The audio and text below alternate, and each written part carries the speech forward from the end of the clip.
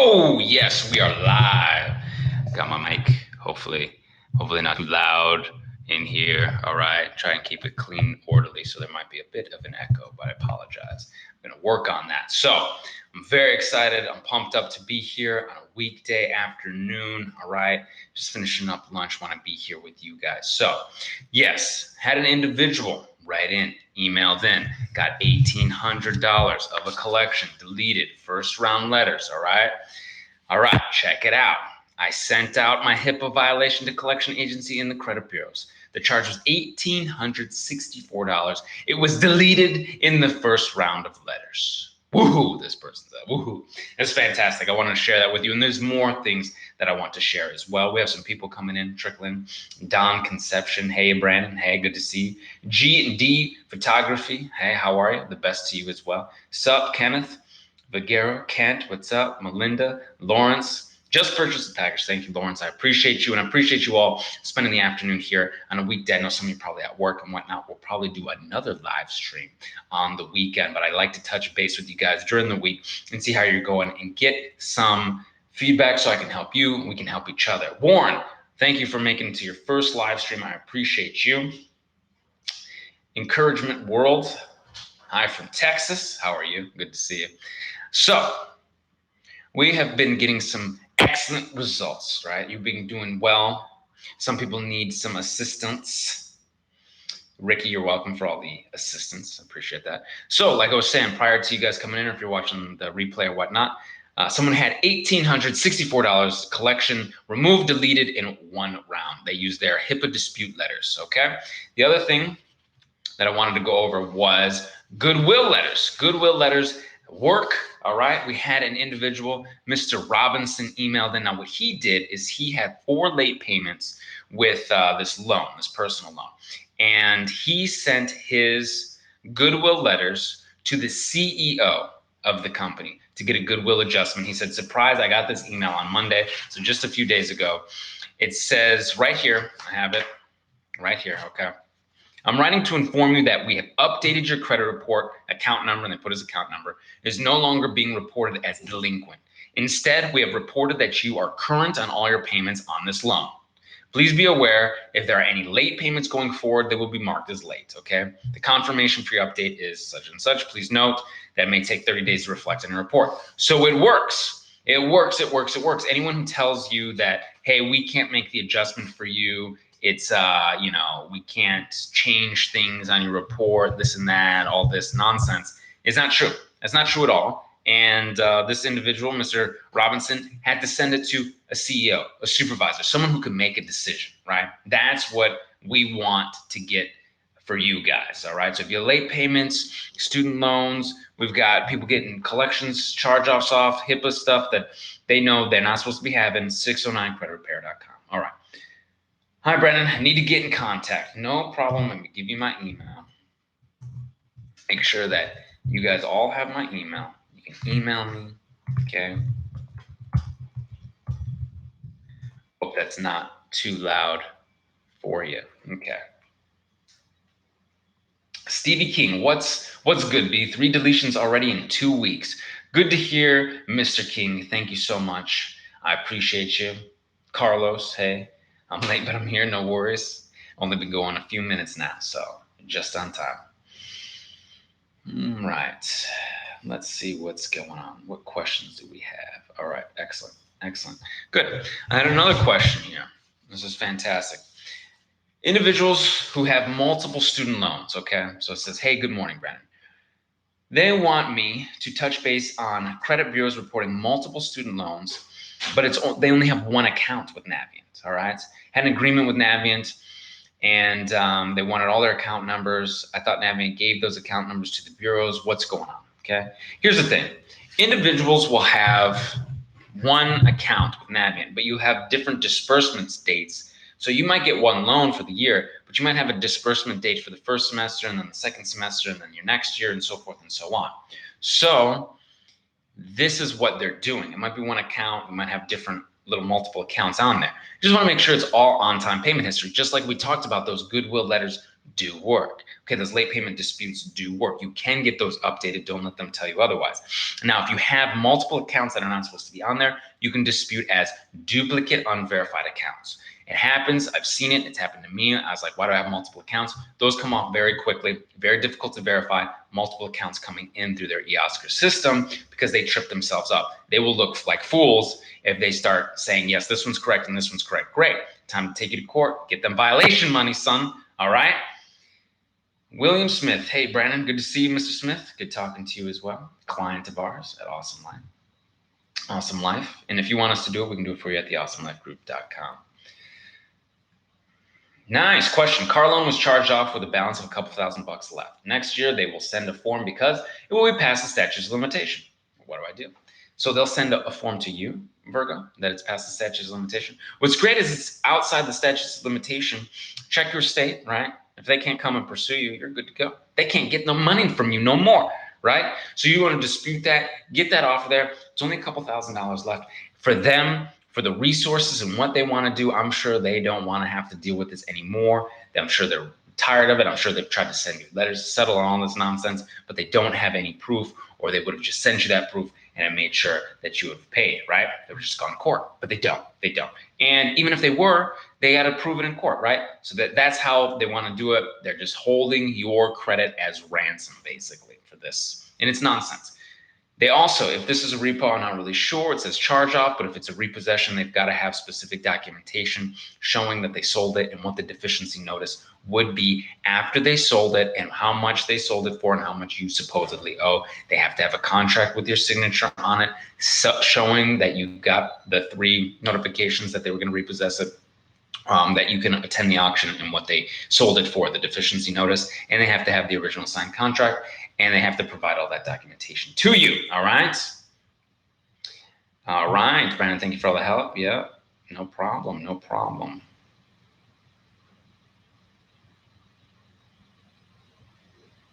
Apparently a charge-off that was already on my report.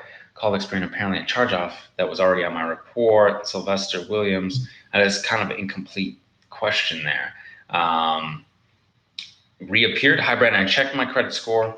Credit score went up, then it came back down a little bit.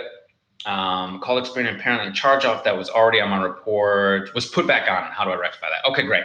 So we have a reinsertion letter. Okay, so charge-off was deleted. If it says deleted, and you have that deletion report, you can send that as documentation as well with your reinsertion letter. Now we have the reinsertion. Let me make sure that you have my email just in case, because sometimes people misplace things or don't have a letter or whatever. They like, oh, I don't know where that is. Okay, so you got my email. Make sure that you've got it. Sorry if the typing is a little loud. That's what we're here for, to get in touch with one another, all right? Okay, great. So let me see. So if it was reinsertion, you definitely want to send them a reinsertion letter, the documentation proving that it was deleted or removed. Your credit score will go back up. You see this sometimes. What happens is sometimes what the collector or the creditor will do is they won't be able to verify within 30 days. So the credit bureau has to delete or remove it. The collector or creditor will try and come back after, 35 days or whatever and say, no, we got it. It's too late, too bad, so sad. And they'll put it back on and try and play games, okay? Not going to happen with you guys. I got you covered here. And again, if you need it, Beyond Committed Package, 609creditrepair.com. Crystal, Thomason, I see you often on the live streams. I appreciate you being here. His letters work. Went from 504 May 6th to 705 as of 3 days ago. Okay. What if I receive a collection letter when I'm disputing the credit reporting agencies? Do you continue to dispute with the credit agencies or begin validation process with them collectors? Okay, this is what the collectors like to do. They like to play games and throw you off a little bit. First and foremost, the way I did it, I only sent letters to the bureaus. Collectors would send me letters. They would try and play games. Original creditors would try and send letters. They would try and play games. I stuck with the credit bureaus, made them try and verify. All the stuff was deleted, right? My credit score is doing great. However, we've upped the ante, we've increased your strategy, and you can send validation letters right to the collectors, okay? Because what they'll do is they'll try and send a dunning letter, and they'll say, hey, if you don't respond within 30 days, we're gonna assume this debt is yours. No, respond, send a letter, say, hey, verify it, validate verification letter, send a validation letter to the collector. You can absolutely do that. You can send a letter, and when that next round of letters is ready to go out, you can send to the bureaus as their method of verification. And when those collectors don't come back with nothing for you, when they have nothing, you can send in your collection fails to validate letter to the bureaus and let them know. Say, hey, I'm doing my own independent investigation. How are you verifying it? I couldn't verify nothing. You better delete this stuff. And we're seeing it. We're seeing this stuff come off. I'm very excited. We're working on our process. Hey, give me tight, Jerome, okay? Give me tight. Good secrets here, okay? You know me, the Awesome Life Group, okay? We're working on some new processes, hopefully update and upgrade some things beyond what we've already, above and beyond what we're already doing, okay? People are getting great results. We want people to get even better results, okay? So we're tightening things up. We're working with our system. I'm working with my partners in the Awesome Life. You guys know Cornita. So we're working on it, talking, getting things squared away. So things are getting even better. So I'm really excited. I'm pumped to get you guys going, all right? Do I have to notarize my Sage Stream freeze letters? No, you do not have to notarize those, okay?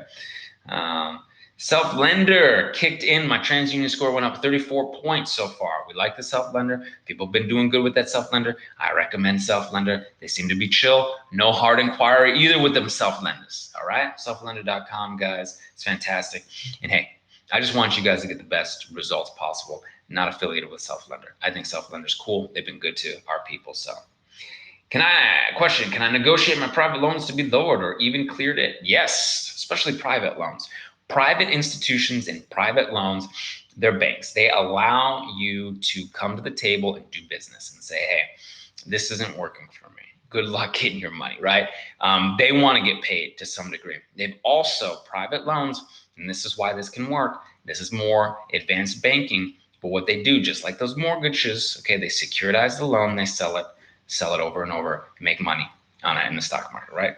Not a big issue, not a big deal, just part of the game. But they're willing to take pennies on the dollar. They're willing to take less because they're making money on top of money. They just basically print money, right? That's what banks do, which is fine, not a problem. We know the game, so we can utilize the rules to our favor, much like they do.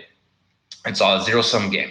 Can you even have them cleared? Yes, you can ask to exercise your equity. You could ask to see an original instrument of indebtedness, the contract that makes you liable for this information. Okay, right? This digital information they call money, right? So if you can ask them for such stuff and they can't provide such things, it becomes very challenging for them to make you pay, right? So that's what you want to do. Now, if you have any other questions or concerns about this process, I'm going to give you my email address, okay? Glam, and everybody here, please feel free to email me, okay? I look forward to your emails. I get excited for it. Of course, it's process and it takes some time maybe to knock all this stuff off, but we're getting you there. We will get you there, okay? All right. It's Jay is interested in some credit repair services, got the do-it-yourself stuff. I'm going to give you my email. We're going to reach out. We're going to figure out, have our team reach out to you, okay? Wow. Princess Simmons. Hello, Brandon. I was just sent out my second round. First was great. 40 point ups. 40 points went up. 40 points. Princess Simmons now at 598. That's fantastic. Thank you for sharing. I really appreciate you. Let's see. Sorry. Now people are coming in and they're getting a few things. So I'm going to try and catch up. Got my Jewelers Club. I got approved for my first ever credit card, but the limit's still low. How do I get higher limits? Okay, Crystal, this is great. So you got a good score. The new credit, people are a little nervous, a little shaky, like a young deer, right? It's walking. It's not a problem. Your limits are going to be increased quickly. You just want to make some good on-time payment history. Give yourself 3 months to 6 months. Get that credit line increase. Give them a ring. Actually, I have some friends that probably need to do that. Maybe I need to do that too. You forget, right? You're like, oh, I need to get my credit line increase up, right? You just want to show that you're successful in paying on time, managing your stuff.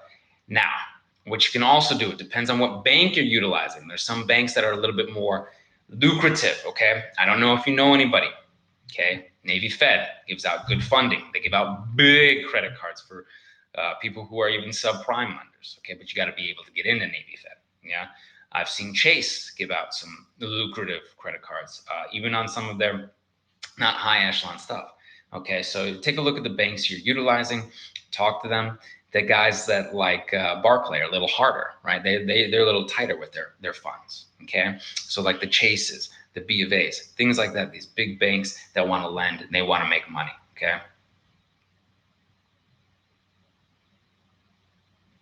Genie, I wish I had caught this at the beginning. You can always watch the replay. Absolutely. And guys, let's don't sweat it, right? If you miss a few minutes here, we've got plenty of content and videos. You can get the email, not a problem. We will square away your situation, your problems. So don't worry. Okay. Luis. Hey, this is a great question. I think many people don't recognize what might happen at a notary. Okay. So Luis Santos asks, he's like, hey, man, my bank notarized my first round of letters, but they also included their own notary page. Is this all good? Yes, it's great. That's wonderful. The legal affidavit is what they call it. The reason they want to add their own notary page is because they have their own standards and systems for notary. It's totally fine. Notary is notary is notary is notary. I've had other documents notarized. Okay. I've had documents notarized for banks or for whatever. God, I can't remember the last time I had something notarized was for a bank, but I'm trying to think before that. But anyway, they added their own notary page. You might need to get something else notarized. You can take your letter, right? It doesn't even have to be, let's say you're doing credit repair, you're doing something else, you want to get something, they'll notarize. They'll put a little stamp, a little stamp or whatever. They'll put their own notary page. You're good to go. Okay. A notary who knows what they're doing is phenomenal. It's fantastic. So you'll be okay. Let's see. Whoa. Sean, hey Brandon, great stuff. I have a car loan which got paperwork that was forged by the dealer. How should I go about fighting this? Oh man. So they're saying that this is yours and you know it's not. Okay. So this is clearly a violation of your rights. And obviously a forgery is illegal. Okay. That's some serious stuff. So you could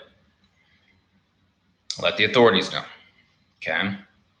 You could go to court. You could get a free consultation with a lawyer, contract lawyer, civil rights lawyer, or whomever, or consumer rights lawyer, right? Talk to them about this. Can keep sending letters, but because this is such a terrible violation, you could potentially be entitled to settlements, damages. Okay, you might have to kick this up to your federal court system in your state. Small claims, you can get a small amount, 5 to 10K. Federal, you can get bigger. Okay, it could be 50, 75K, 100K, who knows? It's the extent of the damages. They're not allowed to do something like that. That is very malicious and it defames your character. So if there is a forgery, you want to take the steps needed. Okay. ID theft as well. You talk to the FTC, get the FTC ID theft affidavit. These are all options to you and available to you. The courts are open to you. Okay. You have rights. This is unacceptable. And I don't like people doing that. I remember being taken advantage of when I was younger. I don't like it. Okay. So Sean, hey, look, if you need anything, all right, make sure you have my email. Okay. We'll get you squared away. Everyone here, if you need help, all 120 of us, you need help, I will go through all them emails, sift them through myself. Thank you so much. If this video is helping you out thus far, give me a thumbs up. Make sure to hit the subscribe button and the bell for notifications so you can get on these live streams because we're going to do another one, guys. I'm going to do some more live streams for you guys, okay? Looking for AU trade lines. Now I have first, whoops, sorry. Let's see, slip there. Oh, thank you for the super chat. Can a closed account still be sold to another collector? This is happening. People are trying to get over. It's the same account. So if that account gets reinserted, you do the reinsertion letter, okay? You show the bureau's proof that it's been deleted. You send another validation letter to them, give them 30 days, only 30 days, then complain. And you can complain right away. Complain, BVB, CFPB, take them to court. Listen, guys, I've had 2 people email me in last month, said small claims court works. They walked in their court, got the help that they needed to just fill out some paperwork, file the claim. The collector and both collectors, they did it with the collectors this time. Both collectors deleted it. They sent a letter, said, hey, we'll delete it immediately. They don't want nothing to do with it because They know they'll lose money, they'll lose damages, they'll lose monetary stuff. People will start poking around, see if they're licensed, and also make sure that if there's a license that's needed in your state, because some states are different, some states need a license. We were just talking to somebody who was in the state of Washington, had a collector trying to reach out in Washington. They asked for their license. They did not want to proceed any further. They didn't give them any information on their license. So check your state. So can a closed account be sold to another collector? They do it. They're not really supposed to do it. And they're not supposed to add it back onto your credit report if it's been deleted. And you can get this off. We've seen it. It's like a duplicate. God, not only double enrichment, it's almost like it's almost like being double taxed or double jeopardy. You can't be tried again for the same collection. But of course, it wasn't a court, but it's the same account. It's the same thing. If they don't have the same verification, they can't put it on. And the credit bureaus are supposed to not allow people to put things on without the proper verification. That's the problem, is they're just letting them put it on because somebody behind the keys are saying, yep, we need to add this on. We pay for eOscar, so put it on. That's what's happening, but they're not getting the proper verification. All right, need 800 score, of course. Hey, look, 800 score is feasible. People can do it. Highest individuals who have the 800 score, very long credit history, okay, 15 plus years, have an average credit score that's above, I think, 7 to 10 years. They've got all good on-time payment history. They've got a lot of available credit and they're not using it all, okay? So open-end credit card that we talked about, the Amex charge card, the credit card, revolving credit, and installment loan that's not your mortgage and potential mortgage. So it's all good. You can definitely do it, James, and it just depends where you're at. Also, AU, trade lines, okay, possibility. They say they won't dispute. Experience said they won't dispute. They will dispute. They'll say they won't, but they will. They will. We also have a letter to demand an investigation and tell them that they can't use eOscar. So, all right. Hey, Brennan, received a letter from the Bureau after my second round. Oh, yeah, we got that one. They will. Okay. Made it to a live event. A medical collection account that is closed. Because it was closed, do I send the verification validation letter to the collection agency or dispute straight with the bureaus? You could do both, all right? You can do both.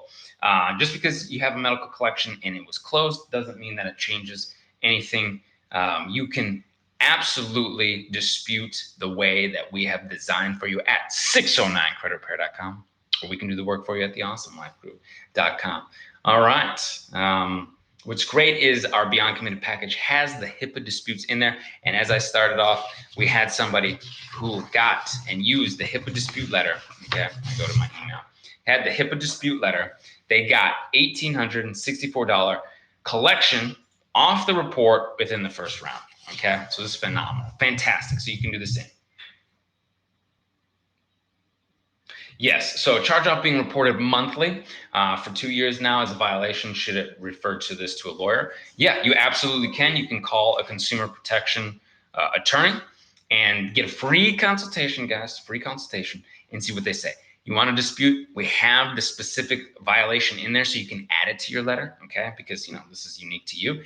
No, after charge-off, after 6 months, that's the whole point of the charge-off. They write it off. They need to stop. Okay, they need to stop reporting. So if they're reporting it new and you're getting these late payments, late, that's unacceptable. And it might be the bureau screwing it up too. So you have two sides there, two violations, two places you can go, okay? I'm behind with sending my letters to the bureaus. It has been more than 30 days on sending my second round. Will this knock me out of the cycle? You should be okay, okay? If it's been a little bit outside of 30 days, you should be just fine. You send the next round, you'll be all right, okay? No harm, no foul. It's been 6 months, a year, yeah, maybe you might want to start over and get the process going again, get the ball rolling. But for the most part, you're probably all right, okay?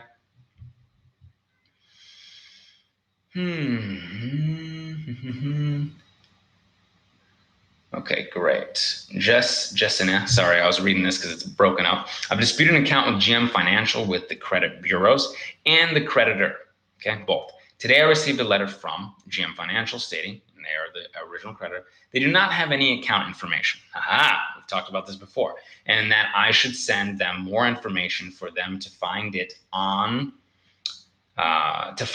but the credit bureau stated it was quote unquote verified. What should I do next? This is great. That letter that you have is phenomenal. Make a copy of that letter, send it into the bureaus, as well, and let them know they're not able to verify it. Get ready so you can upload that to the CFPB as well. This is not your issue to teach them how to verify their information, right? You give them your name, okay? You give them all the information that they need to find an account. They don't need any more information to find the account. If they lost the records, they purged the documents, they sold it to a collector, they think that they can't come up with it, they need to take it off. That's the whole reason the 623 method, FACTA 312, okay, exists for your rights. So people can't just say, oh, well, we're going to report it and keep this on your reports, and we don't really have any documentation, we're not sure. Them, by their own volition, by their own accord, divulge this information that they don't have, right? So send that in. Complain to the CFPB, upload it to the CFPB portal, let them know, hey, they don't have any information. We need to get this off the report now, okay? Let's see. IC Systems was deleted from my credit report. Excellent. Sent a letter to TransUnion. 10 business days. Phenomenal. His name is I Am Nobody. You're definitely somebody. IC Systems deleted. Fantastic.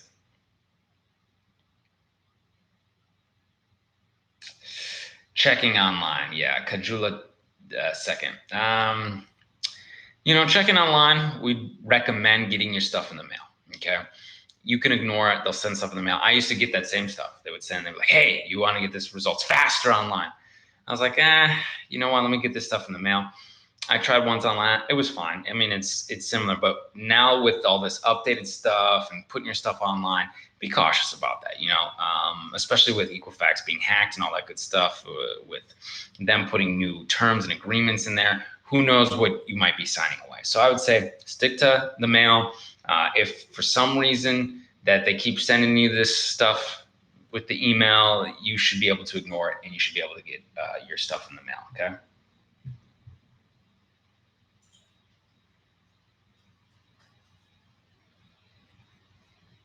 All right.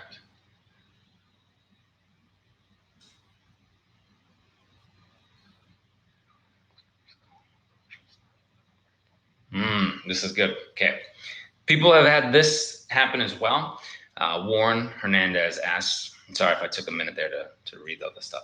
There's a collector that is calling me about this collection that is not even on my credit reports. Would it be on another agency, not the top 3 bureaus? Okay, maybe it's on Innovis, ARS, SageStream, something like that. But probably not. The collector probably hasn't even gotten a chance to report it on the reports, or they don't have the proper information to report it on your reports, right? You can send a validation letter to them. Ask what information they have, okay? They're trying to get money out of you. You don't even know who they are. They're not on your reports. You want to do your due diligence, okay? If you push back on them, chances are they'll go away. They don't want to report anything, okay? If they start reporting, you know the process, 609creditrepair.com, get them dispute letters, dispute with the bureaus, dispute with the collector. Now, here's some secrets, all right? The collector, which is great, is going to try to give you that dunning letter, right? And say, if you don't respond within 30 days, we're going to assume it's yours. You're already in contact with them, so they can't assume it's yours, okay? They have to give you that proof. They don't have any right, any recourse, okay? And on top of this, you could immediately file a complaint with the CFPB and let them know they're harassing you, they're calling you, they're sending you mail for an account that, I don't know, might not be yours, might not be yours at all.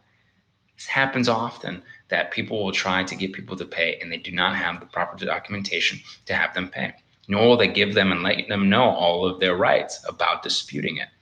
All right. Let's see, what do we got?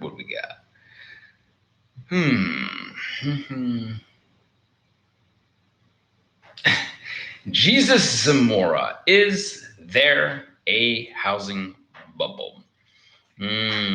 Interesting. Good question.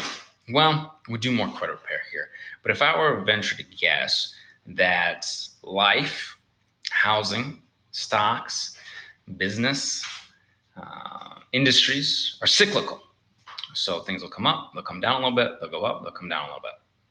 From what I can see is right now we're in a boom, an industry of housing going up once again, and there'll be a bit of a correction, it'll come down.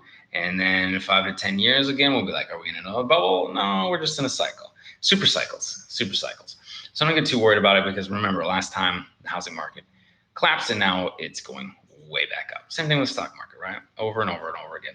So the idea is long-term investment strategies, repair your credit, be solid, be strong, yeah, I wouldn't worry about it too much, unless you got a house right now. You need to get out from under it. No, I'm sure you're fine. I'm sure everything's fine. Let's see here. Brandon, can I send my first letter to remove my hard inquiries already? I just sent my first letter to dispute my charge-off accounts. Yes, some of you subscribe tribe members, so yes, you could send your inquiry letters. I say, hey, wait till the end of the repair. We ask for some of the non-account holding inquiries to be removed anyway on your reports, on the letters that you send out. So yeah, but you can. You absolutely can. They're separate disputes. You're not disputing the same thing over again. You're not giving them new information for the disputes you've already sent out. All right, guys? We can do this work for you at theawesomelifegroup.com. Also, 609creditrepair.com. Guys, I appreciate you and love you all so very much. I'm going to have to get back to doing some emails, calling some clients. We are, Thursday afternoon, so I got to get back to work. But we're going to probably do another live stream on the weekend, guys. All right, so stay tuned. Also, I know I hear a lot of requests, business credit. So we're going to get this squared away. If you have questions or concerns, okay, right now you're typing me in the chat. I'm going to give you my 2 email addresses, okay?